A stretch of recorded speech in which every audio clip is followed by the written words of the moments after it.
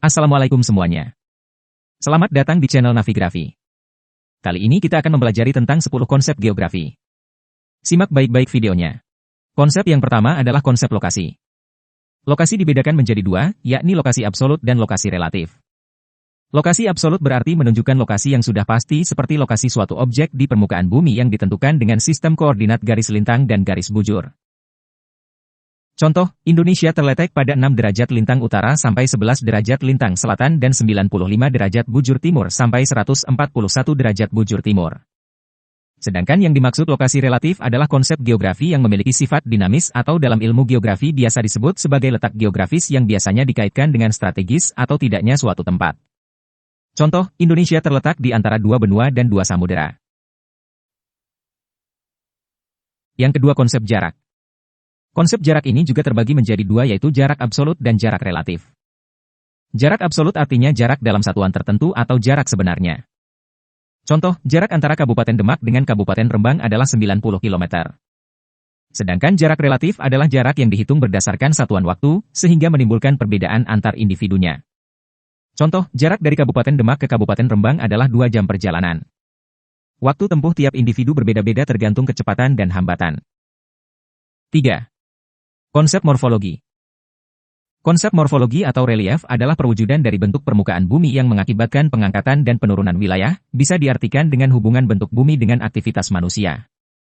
Contoh, masyarakat di daerah pegunungan atau dataran tinggi rata-rata bekerja sebagai petani. 4. Konsep keterjangkauan. Konsep keterjangkauan bisa diartikan sebagai interaksi antara tempat yang bisa dicapai dengan berjalan kaki atau dengan transportasi. Hal ini bisa dikaitkan dengan kondisi medan menuju tempat tersebut, apakah mudah dijangkau atau tidak. Contoh, daerah perkotaan tersedia banyak jenis transportasi umum sehingga aksesnya mudah dijangkau. Sedangkan daerah pedesaan transportasi umum terbatas sehingga lebih sulit dijangkau dibandingkan dengan daerah perkotaan. 5. Konsep pola. Konsep pola menggambarkan susunan fenomena atau bentuk di muka bumi, baik yang sifatnya alami atau sosial budaya. Untuk fenomena alami merujuk pada alam, seperti pola aliran sungai. Sementara untuk fenomena sosial budaya merujuk pada manusianya, seperti tempat tinggal.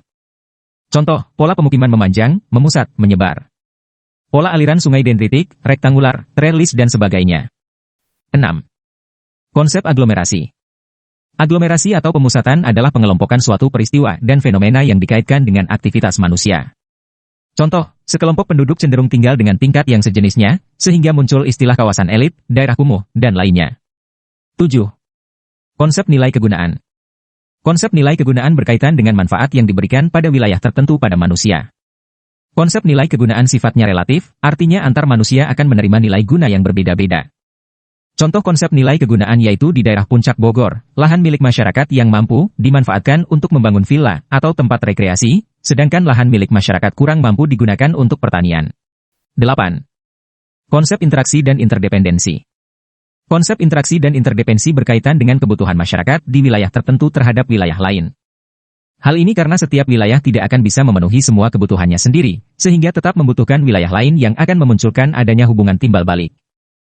Contoh konsep interaksi dan interdependensi adalah pergerakan barang sandang dan teknologi dari kota ke desa, sementara pergerakan barang pangan dan tenaga kerja dari desa ke kota. Baik kota maupun desa saling membutuhkan satu sama lain. 9. Konsep diferensiasi area.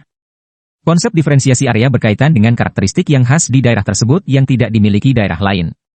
Ciri khas tersebut bisa dimanfaatkan sebagai mata pencaharian penduduk.